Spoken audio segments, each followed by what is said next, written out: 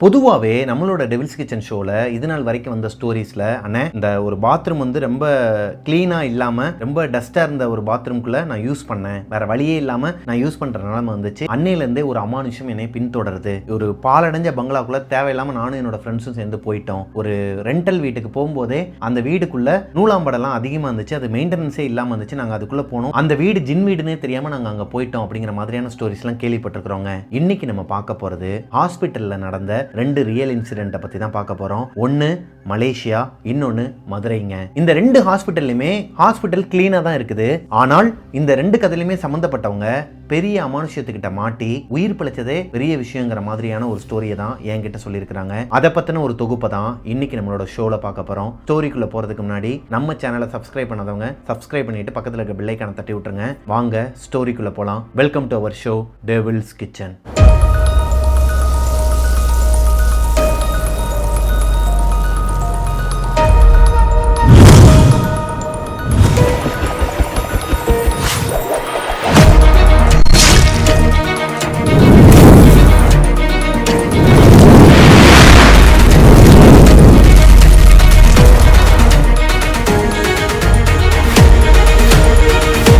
யாஷிகாங்கிற 12 வயசு பொண்ணு மலேசியாவை சேர்ந்தவங்க. அவங்களோட வீட்டில் அம்மா, அப்பா, யாஷிகா, அவங்களோட அத்தைனா அவங்களுக்கு ரொம்ப இஷ்டமாங்க. அத்தை யாருன்னா அவங்க அப்பாவோட கூட பிறந்த தங்கச்சி. திடீர்னு அவங்க ரொம்ப ஒரு மாதிரி உடம்பு முடியாமல் போயிருக்கிறாங்க. அவங்களை எமர்ஜென்சியில் ஹாஸ்பிட்டலில் அட்மிட் பண்ணியிருக்கிறாங்க. ஹாஸ்பிட்டலில் அட்மிட் பண்ணும்போது தான் அவங்களுக்கு ஆட்டோ இம்யூன் டிசீஸ் இருக்கிறது தெரிய வருதுங்க. அதனால அவங்க அத்தை ஹாஸ்பிட்டலில் அட்மிட் ஆகி பார்க்க வேண்டிய ஒரு சூழ்நிலைக்கு தள்ளப்படுறாங்க. இந்த நேரத்தில் இவங்களோட அப்பா, அம்மா ரெண்டு பேருமே ஷிஃப்ட் மாற்றி போய் பார்த்துட்டு வருது அப்படி இருந்திருக்கிறாங்க. அதுக்கப்புறமா அவங்களோட மாமா வேலைக்கு லீவ் போட்டு ஒரு 2 நாள் வந்து அவங்க அத்தையை பார்த்துக்கிறாரு. எப்பவும் போல தான் அன்னைக்கு ஒரு நாள் அவங்களோட அத்தையை ஹாஸ்பிட்டலில் போய் பார்க்கறதுக்காக யாஷிகா, அம்மா, அப்பா இவங்க 3 பேருமே போயிருக்கிறாங்க. அங்கே அவங்களோட அத்தைக்கு ஆறுதல் சொல்லிட்டு அவங்கள பார்த்துட்டு கீழே வரும்போது யாஷிகாவுக்கும் அவங்களோட அம்மாவுக்கும் ரெஸ்ட் ரூம் போகணும். இப்போ மேலேயே போயிருக்கலாமேன்னு சொல்லிட்டு அவங்க அப்பா கேட்கும்போது இல்லைங்க நாங்கள் போயிட்டு வந்துடுறோம்னு சொல்லிட்டு போகும்போது கீழே எந்த ஒரு ரெஸ்ட் ரூமே அவங்களுக்கு கண்ணில் படலைங்க. ரிசப்ஷனில் போய் கேட்கலான்னு சொல்லிட்டு போனால் அன்னைக்குன்னு பார்த்து அந்த ஹாஸ்பிட்டலே ஒரு மாதிரி ரொம்பவே எம்டியாக இருக்கிற மாதிரி இருக்குதுங்க. அதாவது அவுட் பேஷண்ட் எல்லாருமே 8 மணிக்குள்ளேயே பார்த்துருவாங்களாம். இன்பேஷண்ட் மட்டும்தான் அவங்களோட வார்டில் இருப்பாங்க. அப்படி இருக்கும் பட்சத்தில் கீழே ரிசப்ஷனில் கூட்டம்லாம் இருக்காதாங்க, பாதி லைட்டை ஆஃப் பண்ணி தான் வச்சுருப்பாங்களாம். அந்த மாதிரி நேரத்தில் தான் யாஷிகாவும் அவங்க அம்மாவும் ரெஸ்ட் ரூம் எங்கே இருக்குன்னு சொல்லிட்டு தேடி பார்க்குறாங்க. அவங்க கண்ணுக்கு எங்கேயுமே தெரியல, ரிசப்ஷன்லேயும் ஆள் இல்லை. ரெனோவேஷன் ஒர்க்கு போயிட்டு இருந்திருக்குதுங்க. அதாவது ஆல்ரெடி ஆட்கள்லாம் வேலை பார்த்துட்டு அங்கே அந்த சிமெண்ட் மூட அப்புறம் சில விஷயங்கள்லாம் அங்கங்கே வச்சிருக்கிறாங்க, ஓரமாக தான் வச்சிருக்கிறாங்க. அதுக்கு பக்கத்துலேயே ஒரு ரெஸ்ட் ரூம் இருக்குதுங்க, லேடிஸ் ரெஸ்ட் ரூம் இருக்கு. இப்போ அதுக்குள்ளே போகும்போதே யாஷிகா அவங்க அம்மா 2 பேருமே தான் போகிறாங்க. யாஷிகாவுக்கு 12 வயசு தான் ஆகுது, சின்ன குழந்தை. வெளியவே நிறையா பொருட்கள்லாம் அடுக்கி வச்சிருக்கிறாங்க. பார்த்தாலே தெரியுது இந்த ரெஸ்ட் ரூமே ரெனோவேஷன் ஒர்க்கில் தான் இருக்குது. அதனால தான் இந்த பொருட்கள் எல்லாத்தையுமே ரெஸ்ட் ரூம் சம்மந்தப்பட்ட அந்த டைல்ஸாக இருக்கட்டும் சில விஷயங்கள்லாம் வெளியே வச்சிருக்கிறாங்க புதுசாக. யாஷிகாவோட அம்மாவுக்கு இந்த ரெஸ்ட் ரூம்குள்ளே போகலாமா வேணாமான்னு சொல்லிட்டு தோணுது. இருந்தாலும் போய் பார்ப்போம், ஒருவேளை ரெனோவேஷன் ஒர்க் போயிட்டு இருந்த மாதிரி இருந்துச்சுன்னா மேலே கூட உங்களோட வார்டில் கூட போயிட்டு வந்துடலாம் அப்படிங்கிற மாதிரி தான் பிளான் பண்ணிட்டு உள்ளே போகிறாங்க. ஆனால் அந்த ரெஸ்ட் ரூம் ஒரு மாதிரி பளபளன்னு இருந்திருக்குதுங்க. ரொம்ப க்ளீனாக நீட்டாக ஸ்மெல் இல்லாமல் பக்காவாக வச்சுருக்கிறாங்க. புது ரெஸ்ட் ரூம் மாதிரியே இருக்குது. அப்போது அவங்க வெளியே பார்த்த அந்த டைல்ஸு அந்த மாதிரியான பொருட்கள் எல்லாமே ஆல்ரெடி வேற எங்கேயோ ரெனோவேஷன் போயிட்டு இருக்கு இல்லையா, அது சம்மந்தப்பட்ட பொருட்கள் தான் வெளியே வச்சிருக்கிறாங்க போலன்னு சொல்லிட்டு யாஷிகாவோட அம்மா நினச்சிக்கிறாங்க. இப்போ ரெஸ்ட் ரூம்குள்ளே அவங்க போகும்போது ஒரு டிராப்பு கூட கீழே வந்துட்டு தண்ணியே கிடையாதாங்க. தண்ணி கிடையாது, ஃபுட் பிரிண்ட் கிடையாது. அப்படியே புதுசாக இருக்குதான். டைல்ஸ் எல்லாமே புதுசாக ஒட்டி வச்சா எப்படி இருக்குமோ அந்த மாதிரி நீட்டாக இருந்திருக்குது. இப்போ யாஷிகாவோட அம்மா யாஷிகாவை நீ இந்த டாய்லெட்டில் போ, நான் இந்த டாய்லெட்டில் போயிட்டு வரேம்மான்னு சொல்லும்போது யாஷிகா அழுக ஆரம்பிக்கிறாங்க. ஏம்மா எனக்கு வந்து பயம். அதாவது யாஷிகாவுக்கு சின்ன வயசுலேருந்து இந்த மாதிரி பேரநார்மல் ஆக்டிவிட்டிலாம் கேட்டாலே பயமா, பேய் கதை கேட்டாலே அவங்களுக்கு பயம் வருங்கிற காரணத்தினால அவங்க அம்மாவுக்கு வேறு வழி தெரியாமல் ஒரே பாத்ரூமில் தான் 2 பேருமே போயிருக்கிறாங்க. உள்ளே போனதுக்கப்புறமா அவங்க அம்மா கதவை வந்து லாக் பண்ண சொல்லியிருக்கிறாங்க. ஹாஸ்பிட்டலில் ரெஸ்ட் ரூம் எல்லாம் எப்படி இருக்குன்னு உங்களுக்கு தெரியும். மலேசியாவில் நீங்கள் இந்த ஹோட்டல்ஸ்லாம் பார்க்குற மாதிரியான டைப்பில் தான் வச்சுருப்பாங்கங்க. ஒவ்வொரு கதவாக இருக்கும். அதில் ஒரு கதவுக்குள்ளே இவங்க போனதுக்கப்புறமா அந்த டோரை வந்து லாக் பண்ண முடியலை. யாஷிகா எவ்வளவோ கஷ்டப்பட்டு அதை லாக் பண்ணுறதுக்கு ட்ரை பண்ணுறாங்க, அதை லாக் பண்ண முடியல. இப்போ யாஷிகாவோட அம்மாவே ட்ரை பண்ணுறாங்க. அப்போ தான் உங்களுக்கு ஒரு விஷயம் தெரியுது, லாக் ஆகலை. அது வந்து ரொம்ப டைட்டாக இருக்குது, புதுசாக பெயிண்ட் அடித்த மாதிரி இருக்குங்கிற பட்சத்தில் சரி ஓகே வேறு வழி இல்லை, யாருமே வரல, யாருமே வரப்போகிறதும் கிடையாதுன்னு நினைக்கிறேன், நீ பிடிச்சிக்கோன்னு சொல்லிட்டு அவங்க ரெஸ்ட் ரூம் போயிட்டு மறுபடியும் அந்த பாப்பாவை ரெஸ்ட் ரூம் போக வச்சுட்டு அங்கேருந்து வெளியே வந்திருக்கிறாங்க. அங்கனுக்குள்ளே ஒரு பெரிய மிரர் இருக்குமாங்க. எப்பயுமே எல்லாருமே ரெஸ்ட் ரூம் போயிட்டு வந்ததுக்கப்புறமா ஹேரை வந்து கொஞ்சம் கோம் பண்ணுவாங்க இல்லையா, அதே மாதிரி தான் இவங்களும் ரெஸ்ட் ரூம் போயிட்டு நேராக அந்த கண்ணாடி கிட்ட வந்து ஹேரை கோம் பண்ணலாம்னு சொல்லிட்டு வந்துட்டு இருக்கும்போது அவங்க யூஸ் பண்ண ரெஸ்ட் ரூமோட டோரை யாஷிகா லாக் பண்ணவே இல்லை, ஓப்பன்லேயே வச்சிருக்கிறாங்க. அந்த டோரை யாரோ ஒருத்தவங்க இப்படி பயங்கரமாக சாத்திருக்கிறாங்க. இவங்க 2 பேருக்குமே ஒரு மாதிரி தூக்கி போட்டு பின்னாடி திரும்பி பார்த்தா அந்த டோர் லாக்கில் இருக்குதான். நல்லா தெரியுது. யாஷிகா சொல்கிறாங்கம்மா, நான் ஓப்பனில் தான்மா வச்சுட்டு வந்தேன், அதை யாரோ ஒருத்தவங்க மூடிட்டாங்கம்மா, எனக்கு பயமாக இருக்குமான்னு சொல்லும்போது, அதெல்லாம் ஒன்றும் இல்லைம்மா, அது வந்து கொஞ்சம் லூஸான டோர் தான், ஆல்ரெடி லாக்கே ஒரு மாதிரி உடஞ்சி போன மாதிரி தான் இருக்குது, அதெல்லாம் நீ ஒரி பண்ணிக்காத வான்னு சொல்லிட்டு வாஷ் பேஷனுக்கு பக்கத்தில் இருக்கிற அந்த மிரரில் அவங்களோட ஹேரை கோம் பண்ணிட்டு இருக்கிறாங்க அவங்க அம்மா. யாஷிகாக்கு கழுத்து வரைக்கும் தான் தெரியுமாங்க அந்த மிரரில். அவங்களும் அவங்களுக்கு எட்டுற அளவுக்கு ஹேரெல்லாம் கோம் பண்ணிக்கிட்டு கொஞ்சம் பார்த்துக்கிட்டு இருக்கிறாங்க ஃபேஸ் எல்லாம். இப்போது அவங்க அம்மா திடீர்னு அந்த பொண்ணோட கையை பிடிச்சிக்கிட்டு வேமா வா போகலாம் அப்படின்னு சொல்லிட்டு இழுத்துட்டு வந்திருக்கிறாங்க. அம்மா இருங்கம்மா வரேன்னு சொல்லிட்டு இந்த பொண்ணு சொல்லும்போது இல்லை வா வா முதல்ல வெளியே போயிடலாம், இதனால் வெளியே போய் பேசிக்கலாம்னு சொல்லிட்டு அது போக அவங்களோட உள்ளங்கை ஒரு மாதிரி ரொம்பவே ஜில்லுன்னு இருந்திருக்குதுங்க. ஆல்ரெடி இந்த ரெஸ்ட் ரூம்லேருந்து வெளியே வரும்போதே அவங்க அம்மா இந்த பொண்ணோட கையை பிடிச்சிருக்கிறாங்க. அந்த டைமில் அவங்க அம்மாவோட கை இந்த அளவுக்கு ஜில்லுன்னு இல்லை. ஆனால் இப்போது அவங்க அம்மாவோட கை ரொம்பவே கோல்டாக இருந்திருக்குதுங்க. அவங்களோட முகம் எதையோ பார்த்து பயந்த மாதிரி இருந்திருக்குது. இந்த பொண்ணு எதுவுமே பேசாமல் வெளியே வந்துடுறாங்க. அதாவது அவங்க அம்மா அவங்கள கூட்டு வந்துடுறாங்க. வெளியே வந்ததுக்கப்புறமா அவங்க அப்பாவும் ஃபீமேல் ரெஸ்ட் ரூமுக்கு ஆப்போசிட்டில் மேல் ரெஸ்ட் ரூம் இருக்குமாங்க, அங்கே அவங்க அப்பா போகிறேன்னு சொல்லிட்டு போகும்போது அவங்க அம்மா ஏதோ ஒரு விஷயத்த சொல்ல வராங்க. அதுக்குள்ளே அவங்க அப்பா பாட்டுக்கு உள்ளே போயிடுறாரு. அவருமே போன ஸ்பாட்டில் ரிட்டன் வெளியே வந்துடுறாரு. யாஷிகாவுக்கு ஒன்றுமே புரியலை, என்ன நடக்குது, ஏன் அப்பாவும் அம்மாவும் ஒரு மாதிரி பிஹேவ் பண்ணுறாங்க. அவங்க அப்பாவுமே ஒரு மாதிரி பயந்த மாதிரி தான் வந்திருக்கிறாரு, முகமெல்லாம் வெறுத்து போய். வாங்க உடனே வீட்டுக்கு போயிடலாம்னு சொல்லிட்டு அங்கேருந்து கிளம்பி போகிறாங்க. வீட்டுக்கு போனதுக்கப்புறமா அன்றைக்கி நைட்டு முழுக்க யாஷிகாவோட அம்மா ஏதோ ஒரு விஷயத்தை பற்றி அவங்க அப்பா கிட்ட வெளியே உட்காந்து பேசிகிட்டு இருக்கிறாங்க. இவங்க கிட்ட அப்பா அம்மா 2 பேருமே ஷேர் பண்ண மாட்டேங்கிறாங்க. ஏதோ ஒரு விஷயத்த மறைக்கிறாங்கன்னு மட்டும் இந்த பொண்ணுக்கு தெரியுதுங்க. அன்னைக்கு நைட்டு ஃபுல்லாகவே யாஷிகாவுக்கு தூக்கமே வரலையாங்க. அடுத்த நாள் காலையில் அவங்களோட அத்தை ஹாஸ்பிட்டல்லேருந்து டிஸ்சார்ஜ் ஆகி நேராக அவங்களோட வீட்டுக்கு போகாமல் இவங்க வீட்டுக்கு தான் வராங்க. ஏன்னா அவங்களோட ஹஸ்பண்ட் வெளியே வேற ஒரு ஊரில் வேலை பார்க்குற காரணத்தினால மோஸ்ட்லி இவங்களோட வீட்டில் தான் இருப்பாங்களாம். மற்ற வீட்டில் மாதிரி இந்த அம்மாக்கும் ஹஸ்பண்டோட தங்கச்சிக்கும் சண்டை எல்லாம் வரும் பார்த்துருக்கீங்களா, குழந்தையாக்கும் வீட்டில் இருக்கிறவங்களுக்கும் சண்டை வரும் இல்லையா, அந்த மாதிரிலாம் இவங்க வீட்டில் நிலைமை கிடையாதாங்க. இவங்க 2 பேருமே நல்லா ஃப்ரெண்ட்லியாக தான் பழகுவாங்களாம், இவங்க அம்மாவும் அத்தையும். அப்படி இருக்கும் பட்சத்தில் அவங்க அம்மா அவங்க அத்தை வீட்டுக்கு வந்ததுக்கப்புறமா அடுத்த நாள் மதியம் யாஷிகாவோட அத்தைக்கு ஒரு ரூம் இருக்குமாங்க அவங்க வீட்டில். மொத்தம் 4 ரூம் இருக்குமா அவங்க வீட்டில். அத்தைக்குன்னு சொல்லிட்டு ஒரு ரூம் இருக்குமாங்க. அங்கே அவங்க அத்தை வந்து பெட்டில் படுத்திருக்கும் போது இவங்க அம்மா போயிட்டு அவங்களுக்கு சாப்பாடுலாம் கொடுத்துட்டு சில விஷயங்கள்லாம் பேசிகிட்டு இருந்திருக்கிறாங்க. இப்போ தான் யாஷிகா அந்த விஷயத்தை ஒட்டு கேட்டிருக்கிறாங்க. என்ன நடந்திருக்குதுன்னா, யாஷிகாவும் அவங்க அம்மாவும் அந்த பாத்ரூம்குள்ளே போகும்போது கீழே ஒரு சொட்டு தண்ணி இல்லை, ஒரு ஃபுட் பிரிண்ட் கூட இல்லைன்னு சொன்னாங்க இல்லையா. அந்த பாத்ரூம்குள்ளே போகும்போது அந்த கதவையும் வந்து லாக் பண்ண முடியாமல் கொஞ்சம் ஸ்ட்ரகிள் பண்ணாங்க இல்லையா. எல்லாத்தையும் முடிச்சுட்டு அவங்க ரிட்டர்ன் வெளியே வரும்போது பயங்கரமாக ஒரு சத்தமும் கேட்டுச்சு. அதை கூட அவங்க அம்மா கண்டுக்கவே இல்லை. நேராக வந்து ஹேர் கோம் பண்ணிட்டு இருந்தாங்க இல்லையா. அந்த டைம் அவங்க அம்மா கண்ணுக்கு, அதாவது இந்த மிரரில் இவங்க யூஸ் பண்ண ரெஸ்ட் ரூம் ஆப்போசிட்டில் இருக்குது, மிரருக்கு அப்படியே ஆப்போசிட்டில் இருக்குது. இதில் நல்லாவே தெரியும் இவங்க யூஸ் பண்ண ரெஸ்ட் ரூமுக்கு மேலே ஒரு கருப்பு உருவம், புகை மாதிரியான உருவம் இப்படி உட்கார்ந்துருக்குதாங்க. உட்காந்துக்கிட்டு இவங்களையே பார்த்துட்டு இருக்குதான். அதோட கண்ணு 2மே ஒரு மாதிரி டார்க் ரெட்டா ரொம்பவே பயங்கரமா முறைச்சு பார்த்துட்டு இருக்குதான். இதை பார்த்த உடனே உங்க அம்மாவுக்கு ஒரு மாதிரி படபடன்னு வந்திருக்குதுங்க. ஆனால் அதை அவங்க அம்மா வெளியே காட்டிக்கல. ஏன்னா குழந்தை கூட இருக்கிறாங்க. ஒரு சொட்டு கூட அவங்க அம்மா வந்து காட்டிக்கவே இல்லையா, பேனிக்காகவே இல்லையா. எங்கே தான் பயந்தா தன்னோட பொண்ணும் பயந்துருவாங்க, எதனா அந்த உருவம் இவங்களை பண்ணிடுமோங்கிற பயத்திலேயே அவங்க எதுவுமே நடக்காத மாதிரி ஒரு மாதிரி பிஹேவ் பண்ணிவிட்டு கொஞ்சம் நேரத்துக்கு அப்புறமா தான் இந்த பொண்ணையே கூட்டிட்டு வெளியே வந்திருக்கிறாங்க. அதனால தான் அந்த உருவம் இவங்களை எதுவுமே பண்ணலைங்கிற மாதிரியும் அவங்க அத்தை கிட்ட சொல்லியிருக்கிறாங்க. இப்போது அந்த சத்தம் கேட்டுச்சு இல்லையா பாத்ரூமை, அந்த பாத்ரூமில் தான் அந்த உருவம் இருக்குது. மேபி அது ஒரு ஜின்னா கூட இருக்கலாம். அதோட பாத்ரூமில் நாம் போய் யூஸ் பண்ண காரணத்தினால அது கோபப்பட்டு அதை ஓங்கி அரைஞ்சிருக்குது. அந்த கதவை வந்து மூடினதும் அந்த ஜின்னு தான் அப்படிங்கிற மாதிரி அவங்க அம்மா அத்தை கிட்ட சொல்கிறத யாஷிகா கேட்டிருக்கிறாங்க. அதே மாதிரி யாஷிகாவோட அப்பா அந்த மேல் ரெஸ்ட் ரூம்குள்ளே போயிட்டு உடனே வந்தார் பார்த்தீங்களா, அவருக்கு உள்ளே போகும்போதே ஏதோ ஒன்று தப்பாக பட்டிருக்குதுங்க. டிட்டோ இவங்களோட ரெஸ்ட் ரூம் எப்படி எவ்வளோ க்ளீனாக இருந்துச்சோ அதே மாதிரி தான் அந்த ரெஸ்ட் ரூமும் க்ளீனாக இருந்திருக்குது. ஆனால் அவங்க அப்பாவுக்கு ஏதோ ஒரு நெகட்டிவ் எனர்ஜிங்க. உள்ளே போகும்போதே அந்த மிரரை தாண்டும் போதே யாரோ ஒருத்தர் இவரை வந்து கண்காணிக்கிற மாதிரியும் அது ஒரு தீய சக்திங்கிறது இவரால் உணர முடியுமா. எதனா ஒரு இடத்துல எதனா ஒரு அமானுஷம் நடக்க போது, இல்லை ஆல்ரெடி நடந்த அமானுஷம் அங்கே இருக்குதுன்னா இவரால் உணர முடியுமா. அந்த நெகட்டிவ் எனர்ஜியை உங்கள் அப்பாவால் நல்லாவே உணர முடியுமா. இப்போ யாஷிகாவோட அம்மாவோட முகமும் சரியில்லைங்கிற பட்சத்தில் அவர் கன்ஃபார்மே பண்ணிட்டு ரெஸ்ட் ரூம் போகாமல் வெளியே வந்துடுறாரு. வெளியே வந்ததுக்கு அப்புறமா காரில் வரும்போது அப்பாவும் அம்மாவும் கண்ணிலேயே ஜாடமாடியாக பேசிக்கிட்டு இருந்திருக்கிறாங்க. இதையுமே யாஷிகா கவனிச்சிருக்கிறாங்க. இப்போ நடந்த விஷயங்கள் எல்லாத்தையுமே அவங்களோட அத்தை கிட்ட அவங்க அம்மா சொல்கிறாங்க. அவங்க அத்தையுமே சில விஷயங்கள்லாம் சொல்லியிருக்கிறாங்க யாஷிகாவோட அம்மா கிட்ட.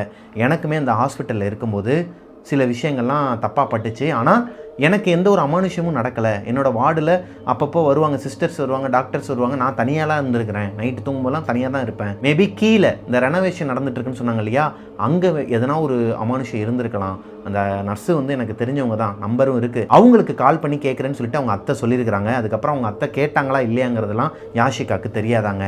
ஆனால் அவங்க அம்மாவும் அத்தையும் பேசுகிற அந்த விஷயத்தை மட்டும் ஒட்டு கேட்டிருக்கிறாங்க. இதுதான் யாஷிகாங்கிற பொண்ணு. ஆக்சுவலாக அவங்களோட பேர் யாஷிகா கிடையாது, ஆனால் மலேசியாவில் இருக்கிற ஒரு ஹாஸ்பிட்டல். அந்த ஹாஸ்பிட்டலோட நேமை வந்து மென்ஷன் பண்ண வேணாம்னு சொன்ன காரணத்தினால என்னால் மென்ஷன் பண்ண முடியலைங்க. அதே மாதிரி அவங்களோட ஒரிஜினல் நேமையும் யூஸ் பண்ண வேணாம்னு சொன்னாங்க. நான் அதனால தான் புனைப்பெயர்கள் யூஸ் பண்ணிக்கிட்டேங்க. இந்த ஸ்டோரி உங்களுக்கு பிடிச்சிருக்குன்னு நம்புகிறேன். ஆக்சுவலாக இன்றைக்கி நம்ம பார்க்க போகிறது மொத்தம் 2 ஸ்டோரிங்க. இது ஒரு ஸ்டோரி. இந்த ஸ்டோரி உங்களுக்கு பிடிச்சிருந்துச்சுன்னா லைக் பண்ணிடுங்க. மிஸ்டர் பிரபாகரன் யூடியூப் சேனலை சப்ஸ்கிரைப் பண்ணிடுங்க. பக்கத்தில் இருக்க பெல்லைக்கான தட்டி விட்டுருங்க. வாங்க 2வது ஸ்டோரிக்குள்ளே போகலாம்.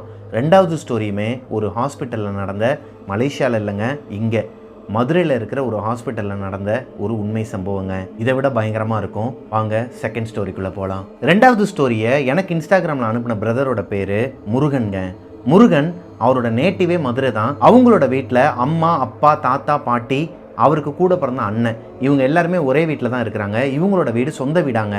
சொந்த இடம், சொந்த வீடு. இப்போது இவங்களோட வீட்டில் அடிக்கடி எதனா ஒரு பிரச்சனை மேலே பிரச்சனையாக வந்துக்கிட்டே இருக்குமாங்க. அதுக்கு காரணம் இவங்க எதனா ஒரு பைக் வாங்கினாலோ, இல்லை வீட்டுக்கு எதனா ஒரு ஃப்ரிட்ஜோ, ஏசியோ எதனா வாங்கினாங்கனாலே அக்கம் பக்கத்தில் இருக்கிறவங்களாம் கண்ணு வைக்கிறதுனால வருதா, இல்லை இவங்களோட சொந்தக்காரங்களாம் சேர்ந்து செய்வனை வைக்கிறதுனால வருதாங்கிறது இவங்களோட தாத்தா பாட்டிக்கு மட்டும்தான் தெரியுமாங்க. ஏன்னா சின்ன வயசுலேருந்தே முருகனோட தாத்தா பாட்டி 2 பேரோட உடம்புக்குள்ளேயுமே சாமி வருமாங்க. ஒருத்தவங்களோட குலதெய்வம் வந்து ஜக்கம்மாவாம், இன்னொருத்தவங்களோட குலதெய்வம் கருப்பசாமி.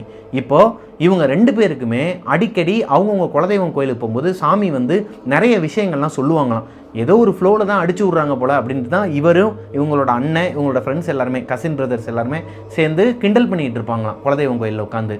ஆனால் அவங்க சொல்கிறது நிறைய விஷயங்கள் உண்மையாக நடக்குமாங்க. ஒரு சில விஷயங்கள் இதெல்லாம் நடக்கவே இல்லைன்னு சொல்லிட்டு நினச்சா ஃப்யூச்சரில் நடக்குமா. அவங்க சொல்லி அடுத்து ஒரு மாதத்துலேயோ இல்லை ஒரு வாரத்துலேயோ நடக்குமாங்க.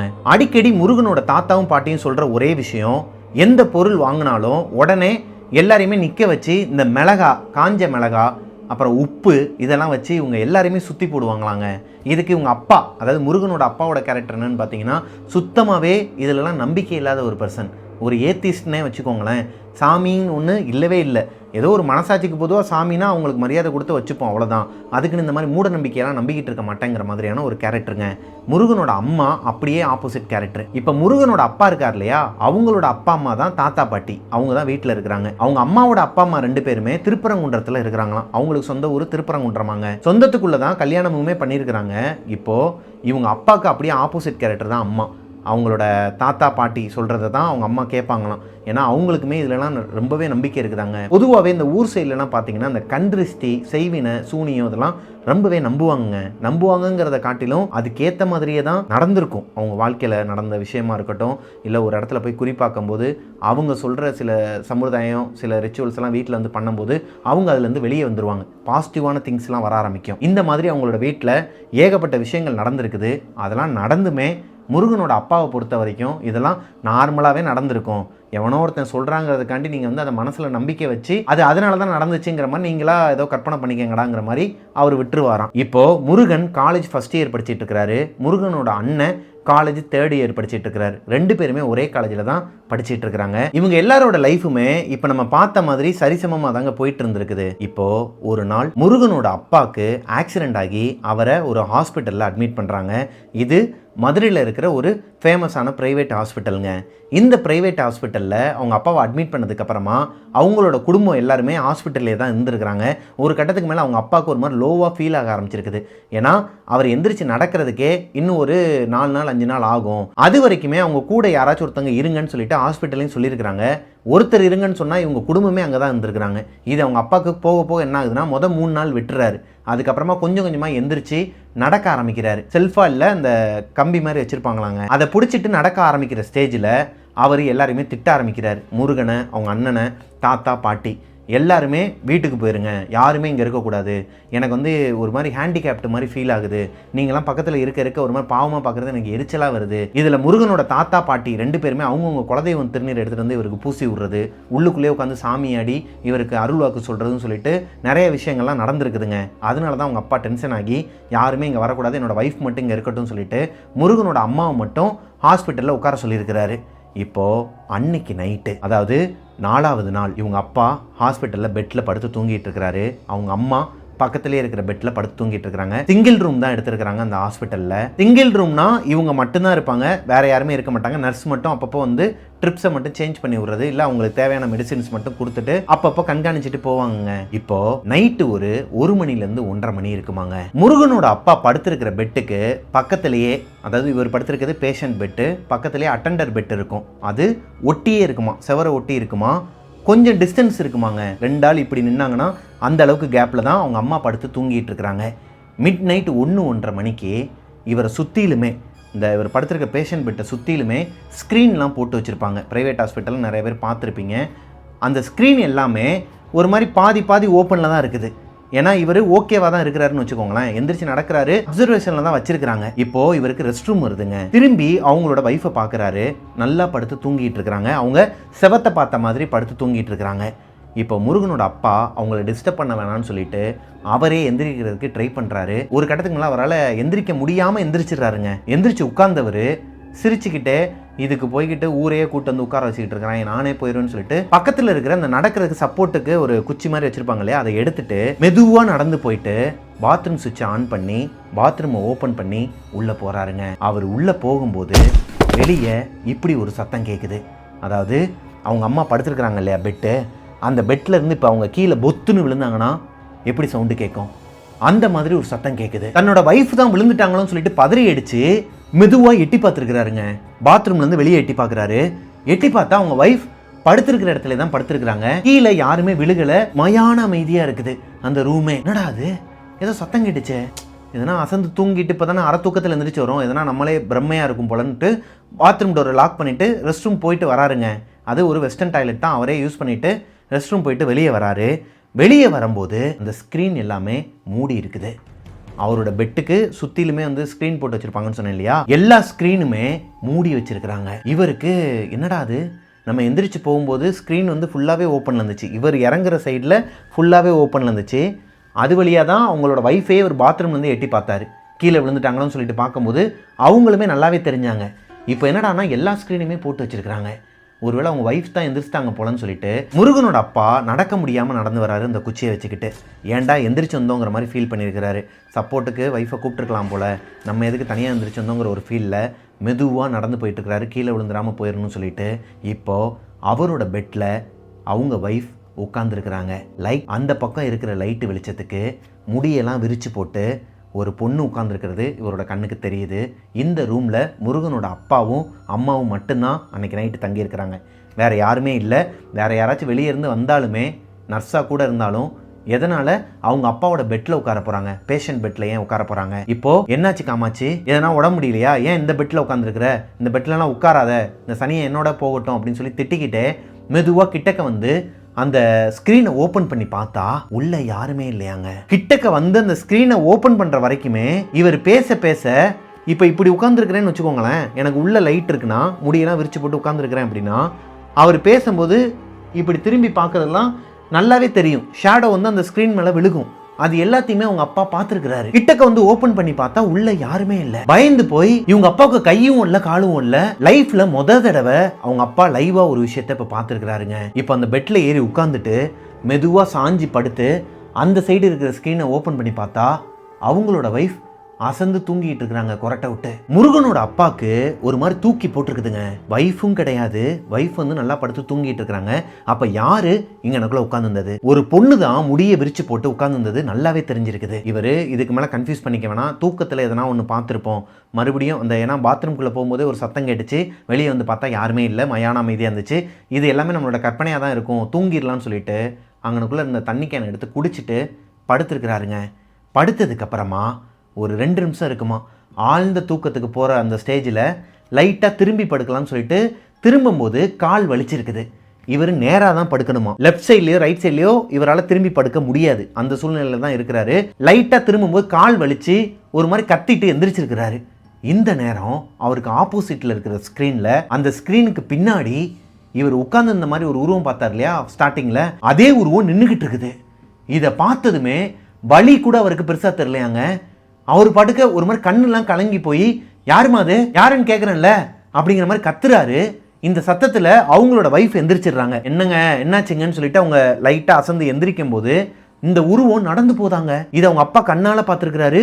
ஆனால் அந்த உருவம் அந்த ஸ்க்ரீனை தாண்டி வெளியே வரும்போது யாருமே இல்லை. டக்குன்னு காமாச்சி அங்கே யாராச்சும் இருக்கிறாங்களான்னு பாரு, அந்த ஸ்க்ரீனுக்கு பின்னாடி யாரா இருக்கிறாங்களான்னு பாருன்னு சொல்லிட்டு இவர் பதறி இருக்கிறாரு. இப்போ அவங்க வைஃபுக்கே ஒரு மாதிரியா இருக்குது. ஏன்னா இந்த மாதிரி பதறக்கூடிய ஆள் இவர் கிடையாதான். என்னமோ எதுன்னு சொல்லிட்டு எந்திரிச்சு போயிட்டு அவங்க பார்த்துருக்குறாங்க, அங்கே யாருமே கிடையாது. டோரை ஓப்பன் பண்ணி வெளியே போய் பார்த்துருக்காங்க, வெளியுமே யாருமே கிடையாது. இப்போ காமாட்சி முருகனோட அப்பா கிட்ட வந்து சொல்கிறாங்க, ஏங்க என்னங்க ஆச்சு, யாருமே இல்லைங்க, ஏங்க ஒரு மாதிரி பதறீங்கன்னு சொல்லி கேட்கும்போது அவர் கண்ணுலாம் ஒரு மாதிரி கலங்கி போய் ரெட்டாக இருந்திருக்குது. இந்த மாதிரி உங்களோட ஹஸ்பண்டை பார்த்ததே கிடையாதாங்க. இப்போது அவர் நடந்தது எல்லாத்தையும் சொல்கிறாரு. காமாட்சி நான் எந்திரிச்சேன், இந்த மாதிரி ஒரு உருவத்தை பார்த்தேன், மறுபடியும் அது இங்கனுக்குள்ளே நின்று நடந்து போகிற மாதிரி நான் பார்த்தேன், அது இங்கேயே தான் இருக்குது, இந்த ரூமில் ஏதோ ஒரு அமானுஷம் இருக்குது, எனக்கு பயமாக இருக்குன்னு சொல்லிட்டு தடவையாக எந்த ஒரு பேய் மேலேயோ சாமி மேலேயோ நம்பிக்கை இல்லாத ஒரு பர்சன் குடும்பத்தில் ஒரு மாதிரி கரரான ஆள் இந்த மாதிரி சொல்லும்போது அவங்களுக்கு எப்படிங்க இருக்கும்? அவங்க சும்மாவே பயப்படுவாங்க. இப்போ அவங்களோட குலதெய்வம் கோயில் திருநீர் எடுத்து இவருக்கு பூசி விட்டுருக்காங்க. முருகனோட அப்பாவுக்கு இப்போ ஒரு மாதிரி குறுகுறுன்னு இருந்திருக்குதுங்க. மா காமாட்சி வெளியே போயிட்டு யாருன்னா நர்ஸ் இருந்தாங்கன்னா கூட்டுவாமா. இல்லைங்க வேணாங்க, அதெல்லாம் எதுக்குங்க கேட்டுக்கிட்டு, மா இன்னும் 2 நாள் இங்கே தான்மா நான் அட்மிட் ஆகி இருக்கணும், எனக்கு என்னவோ பயமாக இருக்குது, 3 நாள் இங்கே வந்து நான் இருந்தேன், 3 நாள் நடக்காதது இன்றைக்கி மட்டும் ஏன் நடக்கணும், ஏதோ தப்பாக இருக்குது, நீ கூட்டுவான்னு சொல்ல அவங்க போயிட்டு ஒரு நர்ஸை கூட்டு வராங்க. ஹெல்ப் டெஸ்கில் 2-3 நர்ஸ் வந்து நைட் டியூட்டிக்கு இருப்பாங்க இல்லையா, அதில் ஒரு நர்ஸை காமாட்சி அம்மா உள்ளே கூட்டு வராங்க. இப்போது முருகனோட அப்பா கேட்குறாரு, நடந்த விஷயங்கள் எதையுமே சொல்லாமல், ஏமா இந்த ரூமில் எதனா இதுக்கு முன்னாடி எதனா சம்பவம் நடந்திருக்குதாம்மா, யாருன்னா இறந்து போயிருக்கிறாங்களா, மிட் நைட்டு 1:30 மணிக்கு ஒரு நர்ஸை கூட்டு வந்து இந்த ரூமில் யாருன்னா ஒருத்தவங்க இறந்து போயிருக்கிறாங்களான்னு சொல்லிட்டு கேட்டால் அவங்களுக்கு எப்படி இருக்கும்? அந்த பொண்ணு புதுசாக ஜாயின் பண்ண பொண்ணா. சார் ஏன் சார் இப்படிலாம் பேசுகிறீங்க, இங்கெல்லாம் வந்து யாரும் இறந்துலாம் போல, இங்கே யார் சொன்னால் உங்களுக்கு என்ன பிரச்சனை உங்களுக்குன்னு சொல்லி கேட்கும்போது, மா நான் எந்திரிக்கும் போது இங்கனக்குள்ளே ஒரு உருவத்தை பார்த்தேன், ஏதோ ஒன்று நடந்திருக்குது, யாராச்சும் ஒருத்தவங்க இதுக்கு முன்னாடியே இருந்திருப்பாங்க இல்லையா, எக்ஸ்பீரியன்ஸான ஆளுங்க, உங்களுக்கு முன்னாடியே இங்கே வேலை செஞ்சுருப்பாங்க இல்லையா, அவங்கள கூட்டுவாங்க, நான் அவங்கக்கிட்ட கேட்கணும்னு சொல்லும்போது திட்டிருக்கிறாங்க. இப்படிலாம் பேசுகிற வேலை வச்சுக்காதீங்க, பேசாமல் படுத்து தூங்குங்க, மிட் நைட்டில் கூப்பிட்டு இப்படி பேசுவீங்களா, கம்முன்னு படுங்க, நான் காலையில் நான் டாக்டர்கிட்ட சொல்கிறேன்னு சொல்லிட்டு கோவமாக போயிட்டாங்களாங்க. இப்போது காமாட்சி அம்மா என்ன சொல்கிறாங்கன்னா, ஏங்க ஒரு வேளை கனவு கூட நீங்கள் கண்டிருக்கலாம் இல்லைங்க, நீங்கள் கொஞ்சம் அமைதியாக இருங்கன்னு சொல்லும்போது இன்னுமே முருகனோட அப்பாவுக்கு கோபம் வருது. லைவாக பார்த்த ஒரு பர்சன்கிட்ட போயிட்டு இது வந்து கனவாக இருக்கலாம்னு சொன்னால் அவருக்கு எப்படிங்க இருக்கும்? இருந்தாலும் ஒரு கட்டத்துக்கு மேலே அவரை காம் டவுன் பண்ணிக்கிட்டு, சரிம்மா காலையில் பேசிக்கலாம், படுத்து தூங்க, நீ உனையும் வந்து தூக்கத்துலேருந்து எழுப்பிட்டேன், நானும் தூங்குறேன்னு சொல்லிட்டு படுக்கும்போது அவருக்கு தூக்கமே வரல. இப்போ மறுபடியும் அந்த பெல் இருக்கும்ல நர்ஸை கூப்பிட்றதுக்கு, அதில் நர்ஸை கூப்பிட்றாங்க. இப்போ வேறு ஒரு நர்ஸு பொண்ணு வராங்க. அவங்க உள்ளே வந்ததுமே என்னாச்சு சார்னு சொல்லி கேட்கும்போது தூக்கமே வரலாமாங்கும் போது அவங்க சில டேப்லெட்ஸ்லாம் கொடுக்குறாங்க. அந்த டேப்லெட்ஸை முருகனோட அப்பா வாங்கி போட்டுட்டு இருக்கும்போது அந்த பொண்ணோட மொழியே சரியில்லை. இந்த ரூமையே ஒரு மாதிரி குறுகுறுன்னு பார்த்துக்கிட்டே இருந்துருக்குறாங்க. குறிப்பாக அந்த குளுக்கோஸ் ஏறுற அந்த ஸ்டாண்டு இருக்கும் இல்லையா, அந்த சைடு அந்த மூளையவே வச்சக்கண்ணு எடுக்காமல் பார்த்துக்கிட்டு ஒரு மாதிரி திருட்டு மொழி முழிச்சிருக்கிறாங்க. முருகனோட அப்பா இப்போ அந்த பொண்ணுக்கிட்ட கேட்கல, சரிம்மா ரொம்ப நன்றிம்மா போயிட்டு வாங்கம்மான்னு சொல்லிட்டு பேசாமல் படுத்துட்டாராங்க. இதுக்கு மேலே கேட்டால் அது பிரச்சனை ஆயிருங்கிற பட்சத்தில் காமாட்சி அம்மாவுமே செம தூக்கத்தில் இருக்கிறாங்க. அவங்களுமே கொஞ்சம் உடம்பு முடியாத பேஷண்ட் தானாங்க, கொஞ்சம் பிபி மாத்திரைலாம் எடுத்துகிட்டு இருக்கிற காரணத்தினால இவர் எதுவுமே பேசாமல் நீ படுத்து தூங்குமான்னு சொல்லிட்டு இவரும் படுத்து தூங்கிட்டாராம் இந்த மாத்திரையை போட்டு. விடிய காலையில் ஒரு 4 மணிலேருந்து 4:30 மணி இருக்குமாங்க. இவர் நல்லா தூங்கிட்டு இருக்கும்போது முருகனோட அப்பாவுக்கு மேலே ஒரு 50 கிலோ வெயிட்டு மேலே வச்சா எப்படி ஃபீல் ஆகுமோ அதே மாதிரி மூச்சு திணற அளவுக்கு, அவரால் மூச்சே விட முடியாத அளவுக்கு ஒரு ஃபீல் இருக்குது. டக்குன்னு கண்ணை முழிச்சு பார்த்தா கரண்ட் இல்லையாங்க, ஃபுல்லாகவே கரண்ட் கட் ஆயிடுச்சு. மேலே இருக்கிற ஒரே ஒரு லைட்டு மட்டும், இவருக்கு நேராக ஒரே ஒரு எல்லோ கலர் லைட் இருக்குமா, இந்த வார்ம் லைட்லாம் போட்டிருப்பாங்க இல்லையா ஹாஸ்பிட்டல்ல, அந்த வார்ம் லைட் மட்டும் ஃபிளிக்கர் ஆகிட்டு இருக்கு. ஃபிளிக்கர் ஆகிட்டு இருக்கும்போது இவருக்கு மேல ஒரு பொண்ணு உடம்பெல்லாம் ஒரு மாதிரி ரத்தமா இருக்குதாங்க. முடி எல்லாமே ஒரு மாதிரி கந்தலும் கொதக்கலுமா ஒரு மாதிரி பிச்சு போட்டா எப்படி இருக்கும், அங்கங்க முடி இருந்து அங்கங்க முடி இல்லாம அதுல இருந்து ஒரு மாதிரி ரத்தம்லாம் வடிஞ்சா எப்படி இருக்கும், அந்த மாதிரி பார்க்கறதுக்கே கொடூரமான ஒரு முகத்துல ஒரு பொண்ணு இவர் மேல ஏறி வந்து இவரோட கழுத்தை பிடிச்சு நெரிக்க ஆரம்பிச்சிருக்குதுங்க. இதை பார்த்ததுமே இவர் கத்துறதுக்கு ட்ரை பண்றாரு, இவரால் கத்த முடியல. மெதுவா கண்ணை மட்டும் இப்படி திருப்பி பார்த்துருக்கிறாரு. இவரோட வைஃப் அந்த காமாட்சி அம்மா அவங்களோட பெட்டில் தான் படுத்து தூங்கிட்டு இருக்கிறாங்க. இவரை பார்த்த மாதிரியே தான் படுத்து தூங்கிட்டு இருக்கிறாங்க. ஆனால் அவங்களுக்கு இந்த லைட் ஃப்ளிக்கர் ஆகிற இந்த விஷயமோ இவர் மேலே வந்து ஒரு அமானுஷம் உட்காந்துருக்கிற இந்த விஷயமோ எதுவுமே தெரியாது. நல்லா அசந்து தூங்கிட்டு இருக்கிறாங்க. முருகனோட அப்பாவால் கை கால் எதையுமே அசைக்க முடியல. ஸ்லீப்பிங் பேரலைஸ் ஆன மாதிரி உடம்பே கீழே விழுந்துருச்சாங்க. இவரால் எதுவுமே பண்ண முடியல. கண்ணெல்லாம் கலங்கி அழுக ஆரம்பிச்சிருக்கிறாரு. அந்த உருவம் கொஞ்சம் கொஞ்சமாக இவர் கிட்டக்க வந்து இவரை கண்ணத்திலேயே லிக் பண்ணியிருக்குதுங்க. அந்த நாக்குமே ஒரு மாதிரி கொலன்னு இருந்திருக்குதுங்க, ஈரல் மாதிரி இருந்திருக்குதுங்க. காமாட்சி அம்மா என்ன பண்ணியிருக்கிறாங்கன்னா, ஆல்ரெடி இவர் பயந்த கோளாறுல இருக்கிற காரணத்தினால இவரோட தலகாணிக்கு அடியில் அவங்களோட குலதெய்வமான ஜக்கம்மாவோட திருநீரை வச்சிருக்கிறாங்க. அது போக இவரோட நெத்திலையுமே ஜக்கம்மாவோட திருநீரை பூசி இருக்கிறாங்க. இப்போ தெரிஞ்சோ தெரியாமலோ முருகனோட அப்பா அவரோட மனசுல ஜக்கம்மா, அவரோட அம்மாவோட குலதெய்வமான ஜக்கம்மாவை மனசுல நினைச்சிருக்கிறாருங்க. அடுத்த ஃபிராக்ஷன் ஆஃப் த செகண்ட்ல இப்படி ஒரு சலங்க சத்தம், பயங்கரமா சலங்க சத்தத்தோட யாரோ ஒருத்தவங்க இவங்களோட ரூம்ல வர மாதிரியான ஒரு உணர்வு இவருக்கு இருந்திருக்குதுங்க. அது போக லைட் ஃபிளிக்கர் ஆயிட்டே இருந்துச்சு இல்லையா, அடுத்த ஃபிராக்ஷன் ஆஃப் த செகண்ட்ல லைட் ஆஃப் ஆயிடுச்சாங்க. இவரும் மயக்கமாயிட்டாராம். அடுத்த நாள் காலையில எந்திரிக்கும் போது அவங்களோட வைஃப் பக்கத்திலே டாக்டர் நர்ஸ் எல்லாமே இவரை சுற்றி நின்றுட்டு இருக்கிறாங்க. பதறி அடிச்சு தாங்க எந்திரிச்சிருக்கிறாரு. எந்திரிக்கிறதுக்கு ட்ரை பண்ணியிருக்கிறாரு. கால் வெளிங்கனால அவரால் எந்திரிக்க முடியல. இருந்தாலும் இவரை காம் டவுன் பண்ணுறதுக்குள்ள அவங்களுக்கு படாத பாடுபட்டுருக்கிறாங்க.